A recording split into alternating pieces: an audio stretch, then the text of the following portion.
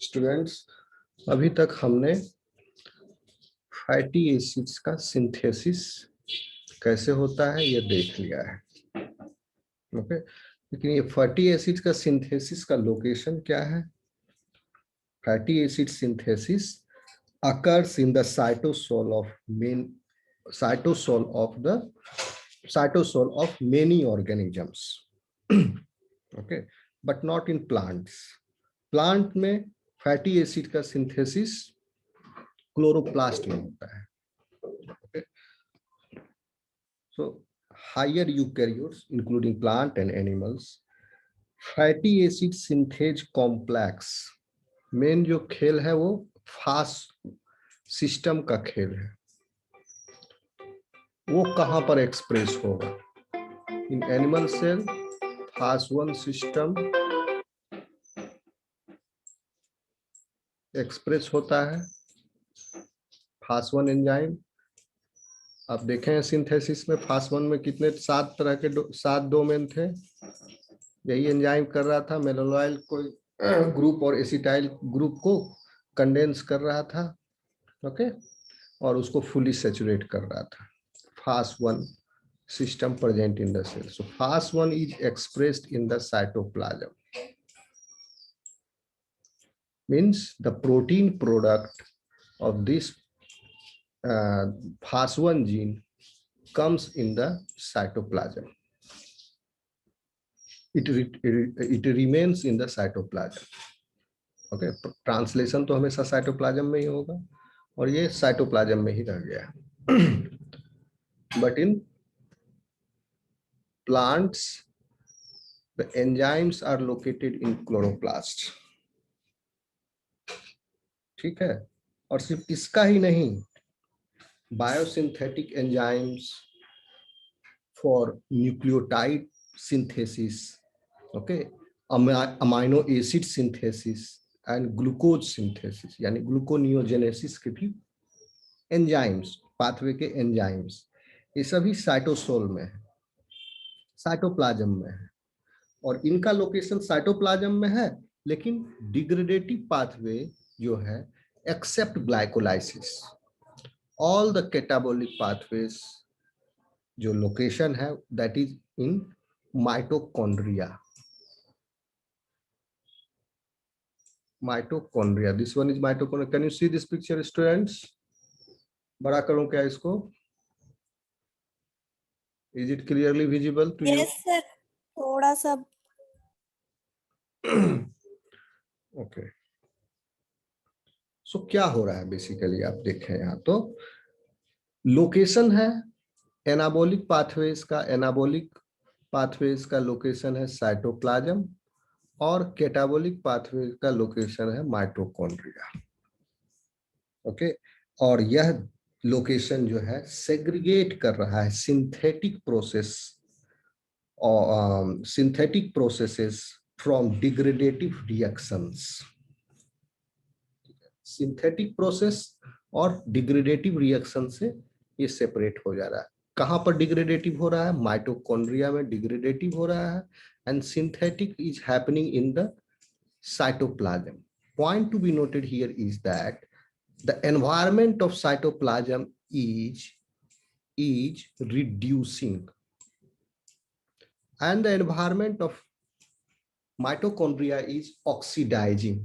Therefore, oxidation reactions takes place in the mitochondria and the reductive pathways जिसमें reduction बहुत ज्यादा हो रहा है। जैसे कि अभी हम लोगों ने देखा सिंथेसिस ऑफ फैटी एसिड्स, इसमें रिडक्टिव पाथवेज है, ये रिडक्टिव पाथवेज है, इसमें रिडक्शन हो रहा है।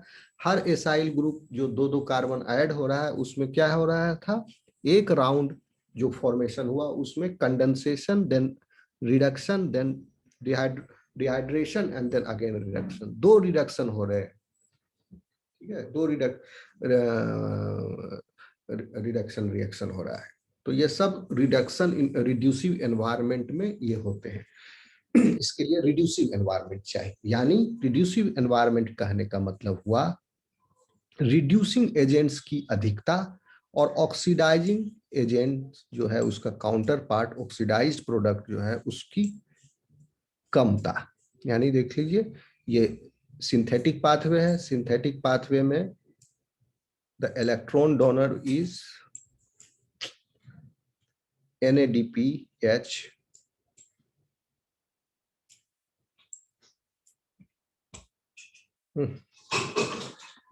NADPH,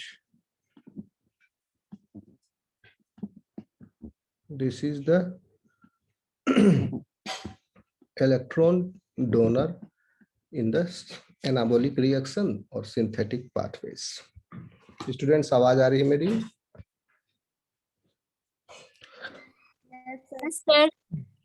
okay. और केटाबोलिक पाथवेज के क्या थे? केटाबोलिक पाथवे में ये इलेक्ट्रॉन गिवर्स जो है, इलेक्ट्रॉन डोनर्स जो है वो जेनरेट हो रहे हैं। जैसे ग्लाइकोलाइटिक पाथवे में भी इलेक्ट्रॉन डोनर्स जो है जेनरेट हो रहे हैं, क्रेब्स साइकिल में इलेक्ट्रॉन डोनर्स जेनरेट हो रहे हैं। ओके, समझ में आ रही बात? तो एक केटाबोलिक पाथवे में, डिग्रेडेटिव पाथवे में, सिंथेटिक पाथवे का है NADPH और डिग्रेडेटिव पाथवेज का है NAD+। क्यों? क्योंकि NADH जेनरेट हो रहा है वहां पर। Point to be noted here. ठीक है, वहां पर जो है इलेक्ट्रॉन गिवर्स जेनरेट हो रहे हैं, जो कि माइटोकॉन्ड्रिया में फिर इलेक्ट्रॉन ट्रांसपोर्ट चेन में यूटिलाइज होंगे। वो अपने इलेक्ट्रॉन्स डोनेट करेंगे, फिर वाटर का ऑक्सीजन का रिडक्शन होगा फाइनली। ठीक, यानी केटाबोलिक पाथवे में जो एनर्जी यील्डिंग पाथवेज हैं जैसे ग्लाइकोलाइसिस, क्रेब्स साइकिल एटसेट्रा, इसमें NADH का आप याद करेंगे प्रोडक्शन हो रहा है। याद आ रहा है स्टूडेंट्स या भूल गए?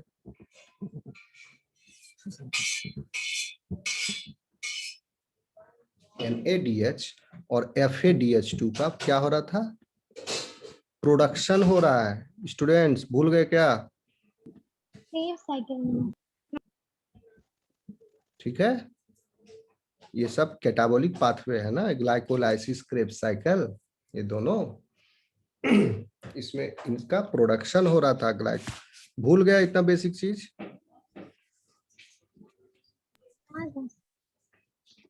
ठीक है, अब प्रोडक्शन क्यों हो रहा था NADH और FADH2 का? क्योंकि ये यूटिलाइज होने वाले हैं आगे माइटोकॉन्ड्रिया के अंदर। ऑक्सीडेटिव एनवायरनमेंट है, ऑक्सीडेटिव फॉस्फोराइलेशन में, इलेक्ट्रॉन ट्रांसपोर्ट चेन में NADH and FADH will give its electron pairs.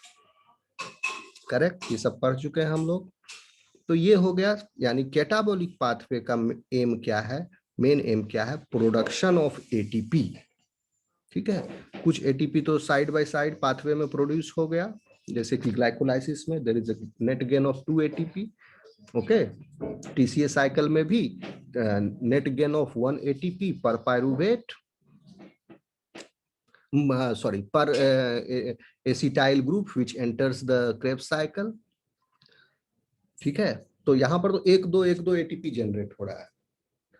ज्यादा एनर्जी जो है वो कहां पर स्टोर हो गया? NAD+ को रिड्यूस करने में। सटाई दी हो ओकरा, नहीं तो मच्छर घुस जाए। NAD+ को रिड्यूस करने में इनटू NADH, और यह रिड्यूस्ड फॉर्म NADH और FADH2 यूटिलाइज होगा माइटोकॉन्ड्रिया में के इनर प्लाज्मा, इनर मेम्ब्रेन पर जो कॉम्प्लेक्सेज हैं 1 2 3 4, उसमें सीरीज ऑफ इसका इलेक्ट्रॉन्स ट्रेवल करेंगे और साइमल्टेनियसली प्रोटॉन पंप आउट होगा, जिससे प्रोटॉन पूल जनरेट होगा। बाद में कॉम्प्लेक्स 5 या F0 F1 ATPase उसको using the potential energy in the form of the pool of protons in the mitochondrial space, it will be taken in the matrix and the ATP production will take place. So ज्यादातर ATP, bulk of ATP is produced by that pathway, by that mechanism, oxidative phosphorylation से। ठीक है, electron transport chain के बाद oxidative phosphorylation जो किया F0 F1 ATP, उसी से सारा ATP आ गया। एक ग्लूकोज मॉलिक्यूल से 36 ATP में से आपका 2 ATP वहां 4 ATP ग्लाइकोलाइसिस में प्रोड्यूस हुआ, 2 पायरुवेट। 2 ग्लिसरॉल्डिहाइड से, 2 पायरुवेट जनरेट हुआ 4, और फिर 2 टीसीए साइकिल में 4 2 6 और 2 उस स्टेप पर 4 2 6 2 8, जहां पर टीसीए साइकिल में एंटर कर, यानी 30 एटीपी लगभग, थोड़ा मैथमेटिकली आगे पीछे हो सकता है, पर ग्लूकोज मॉलिक्यूल से 30 एटीपी निकाला जाएगा, हार्वेस्ट किया जाएगा, फिर 30 एटीपी का एनर्जी NADH या FADH2 से, दोनों को मिला के, ओके, क्योंकि एक FADH2 बनता है क्रेब्स साइकिल में भी, तो FADH2 से पर FADH2 हो जाता है 2.5 ATP मॉलिक्यूल्स। तो ज्यादातर एनर्जी यही है। तो कहने का मतलब हुआ कि साइटोप्लाज्म में, अब आप बताएंगे सोच के, इतना पाथवे पढ़े हैं, साइटोप्लाज्म में क्या प्रोड्यूस हो रहा है ज्यादा, बताइए। NAD+ या NADH या NADPH, सब हम लिखते जाते हैं यार। साइटोप्लाज्म का एनवायरनमेंट कैसा है बताइए। साइटोप्लाज्म में ग्लाइकोलाइसिस चल रहा है, यस कि no?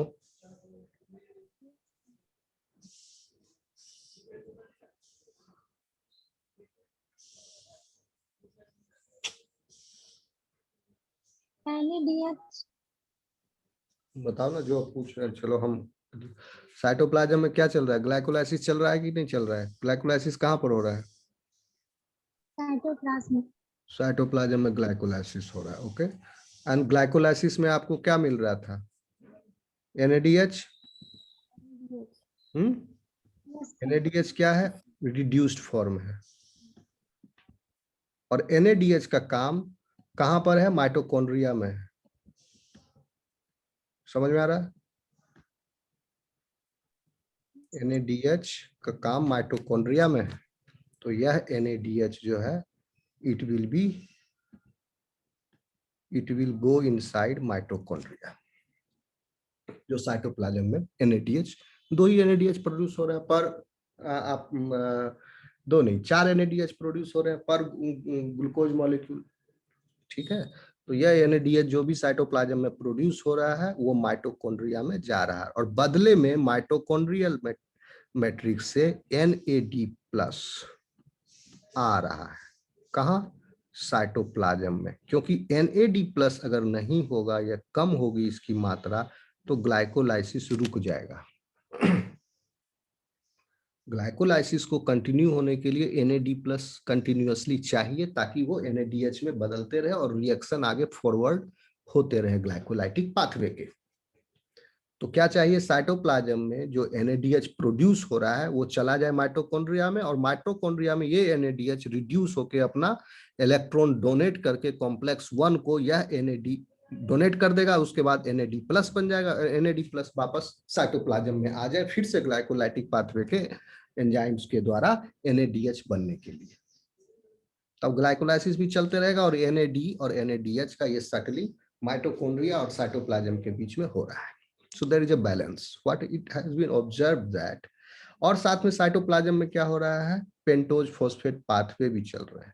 So that means in the cytoplasm a large amount of NAD+ is required for the glycolytic pathways to happen. So in the cytoplasm what happens is there is ratio of NAD+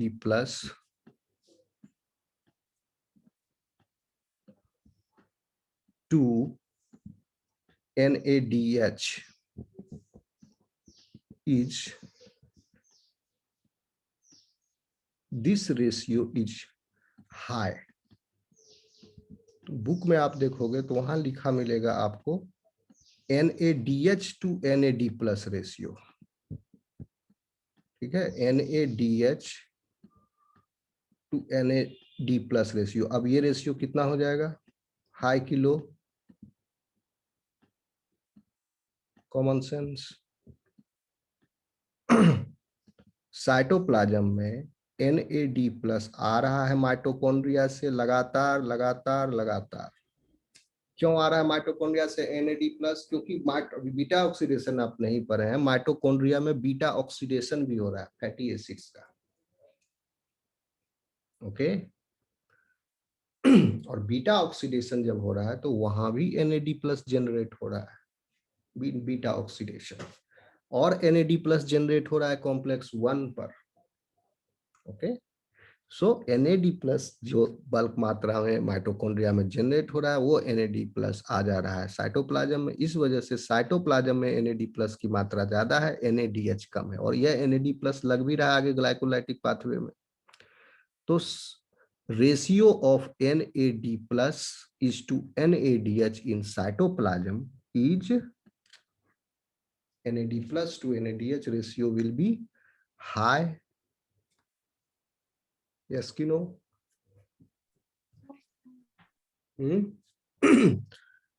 or NADH is to NAD+ ratio will be less. This will be less and this will be high in cytoplasm. Okay, ये cytoplasm की बात कर रहे हैं। और इसका उल्टा हो जाएगा माइटोकॉन्ड्रिया में। माइटोकॉन्ड्रिया में NADH is to NAD+ ratio is high in mitochondria। ठीक, आ रहा है समझ में बच्चों? Sir yes sir. क्यों हो रहा है? माइटोकॉन्ड्रिया में NADH to NAD+ ratio will be high. Okay, क्योंकि माइटोकॉन्ड्रिया में फिर NAD+ टिकता नहीं है और NAD+ चैनल कर दिया जाता है साइटोप्लाज्म में, और NADH जो है कंटिन्यूअसली माइटोकॉन्ड्रिया में ये भेजा जाता है। कहां से? साइटोप्लाज्म से। ओके, ठीक है स्टूडेंट, साइटोप्लाज्म से भी जा रहा है और क्रेब्स साइकिल में भी NADH जनरेट हो रहा है, वो भी है। क्रेब्स साइकिल से, क्रेब्स साइकिल मैट्रिक्स में हो रहा है, तो NADH बहुत ज्यादा NADH बन रहा है क्रेब्स साइकिल में भी, और ग्लाइकोलाइसिस से भी NADH जा रहा है, तो क्रेब्स साइकिल वाला NAD जो है अमाउंट तो जनरेट हो रहा है, तो NADH का मात्रा माइटोकॉन्ड्रिया में ज्यादा है और NAD+ कम है, क्योंकि जैसे रिड्यूस हुआ NAD+ ये फिर भेज दिया गया साइटोप्लाज्म में। ओके, और that NAD+ is available for the mitochondria to get reduced again in the Krebs cycle। और NAD+ जैसे अवेलेबल हुआ, Krebs साइकिल चल रहा है, वो उसको NADH में रिड्यूस कर दे। तो ये बात तो हो गया NADH का, जो कि कैटाबोलिक पाथवेज का क्या है? Electron giver. इतना समझ में आया? इसीलिए साइटोप्लाज्म में आपका कैटाबोलिक पाथवेज सिर्फ ग्लाइकोलाइसिस का हो रहा है, और other catabolic pathway degradative reactions are happening in the mitochondria। Cytoplasm में सिर्फ ग्लाइकोलाइसिस हो रहा है। लेकिन इसका उल्टा फिर आप देख लीजिए, इसको मिटा दूं,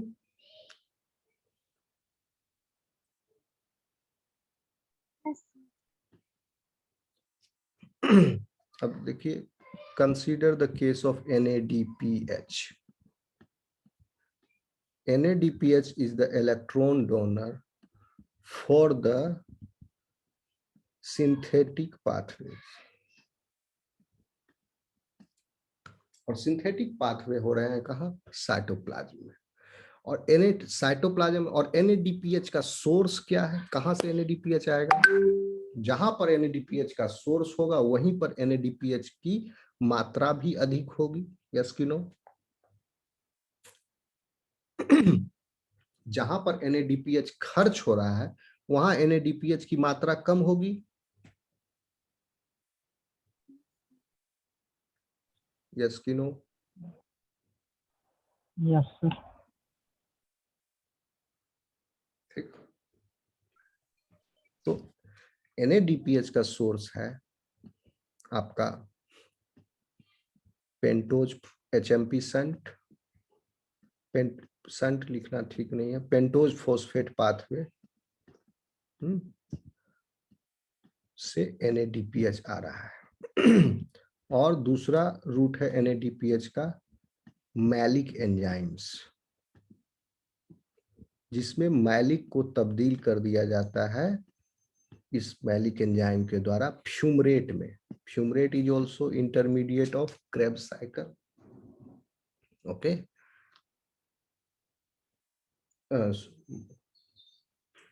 यस, नहीं, मैलिक से बनेगा पायरुविक एसिड, सॉरी पायरुवेट बनेगा।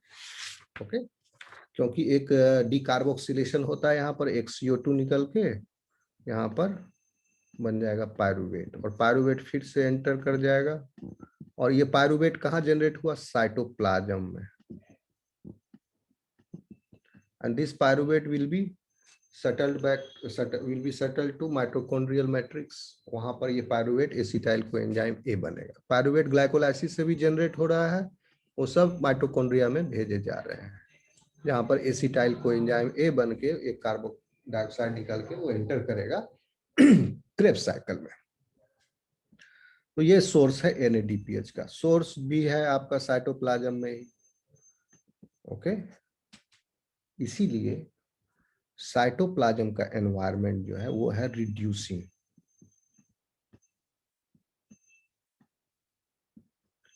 ठीक, ये रिड्यूसिंग एनवायरनमेंट है NADPH। तो साइटोप्लाज्म में NADPH to NADP plus ratio is quite high। अगर हिपेटोसाइट्स में देखेंगे तो it is somewhere around 80 times। I'm not sure। yes, 75 times लिखा हुआ। ठीक है, तो NADPH इन हेपेटोसाइट्स, NADPH कंसंट्रेशन का रेशियो NADH से NADP प्लस से DP प्लस ये है। This ratio is nearly 75:1।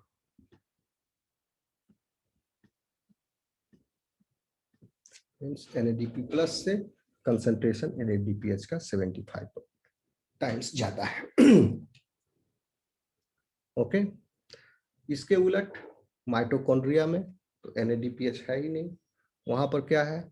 Oxidising environment. किसकी वजह से माइटोकॉन्ड्रिया में ऑक्सीडाइजिंग एनवायरनमेंट है? किसकी वजह से? क्योंकि वहां पर NAD प्लस जनरेट हो रहा है बहुत ज्यादा मात्रा में। माइटोकॉन्ड्रिया का एनवायरनमेंट ऑक्सीडाइजिंग है, और NADH जो भेजा जा रहा है माइटोकॉन्ड्रिया में, वो NADH is utilized in the, वहां पर यूटिलाइज हो रहा है NADH इलेक्ट्रॉन ट्रांसपोर्ट चेन में, और NAD प्लस जनरेट हो रहा है। तो सोर्स है NAD प्लस का माइटोकॉन्ड्रिया, तो at the source NAD plus ज्यादा है होगा, तो माइटोकॉन्ड्रिया का एनवायरनमेंट इज ऑक्सीडाइजिंग। आ रहा है स्टूडेंट समझ में?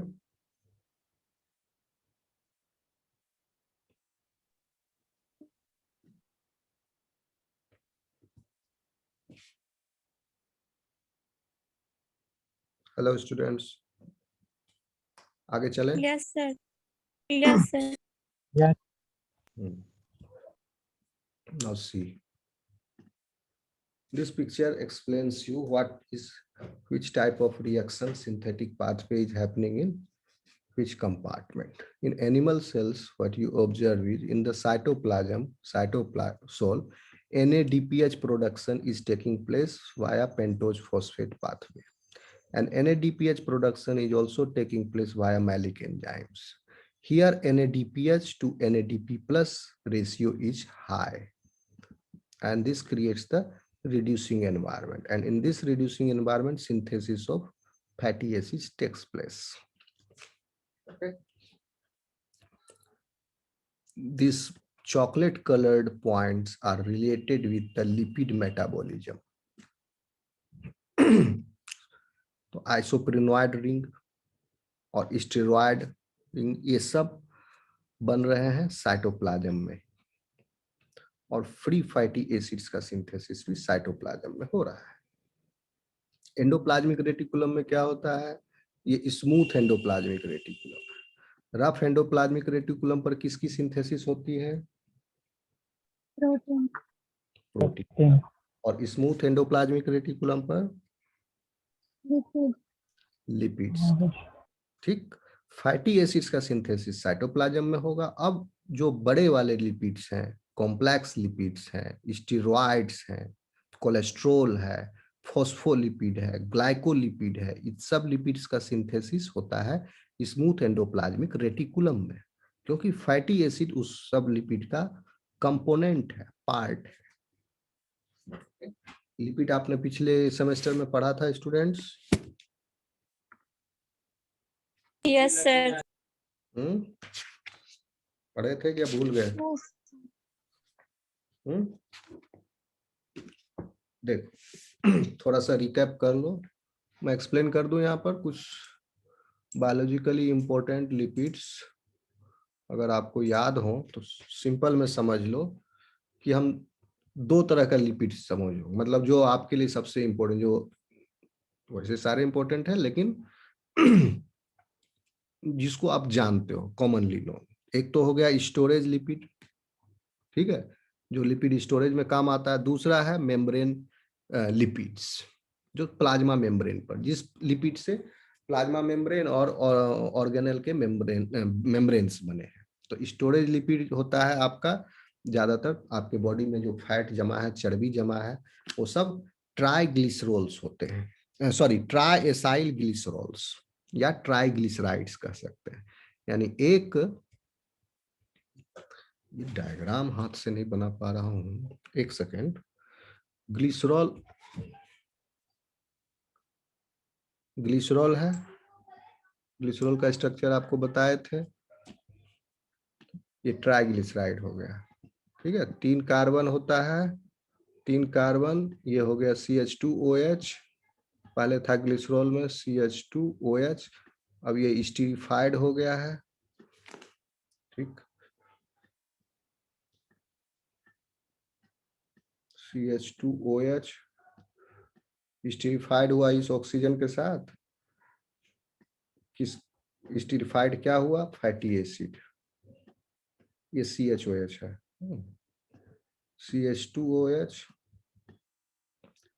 तो ये अब अगर यहाँ पर एक OH हो गया स्टीरिफिकेशन, तो यहाँ पर एक फैटी एसिड हो सकता है to this oxygen. If fatty acids are present in all these 3 carbons in esterified with, all these carbons are esterified with fatty acids, then that will be called as triacyl glycerol or triglycerides. Okay, so this is a common form of fat which is stored in your body in adipose tissue. Clear हुआ? अब आप कहोगे कि इसमें fatty acids कौन से हैं, ठीक है, ग्लिसरॉल तो समझ में आ गया, ये फैटी एसिड कौन सा है, तो हम बताएंगे आपको फैटी एसिड क्या होता है आगे। Mostly they are saturated fatty acids, जो ट्राइग्लिसराइड्स में है, जो storage form of the lipid है, दैट इज, वो कौन से फैटी एसिड्स हैं, सैचुरेटेड फैटी एसिड्स है। तो किसका वीडियो ऑन है, उस वीडियोस ऑन, निशत,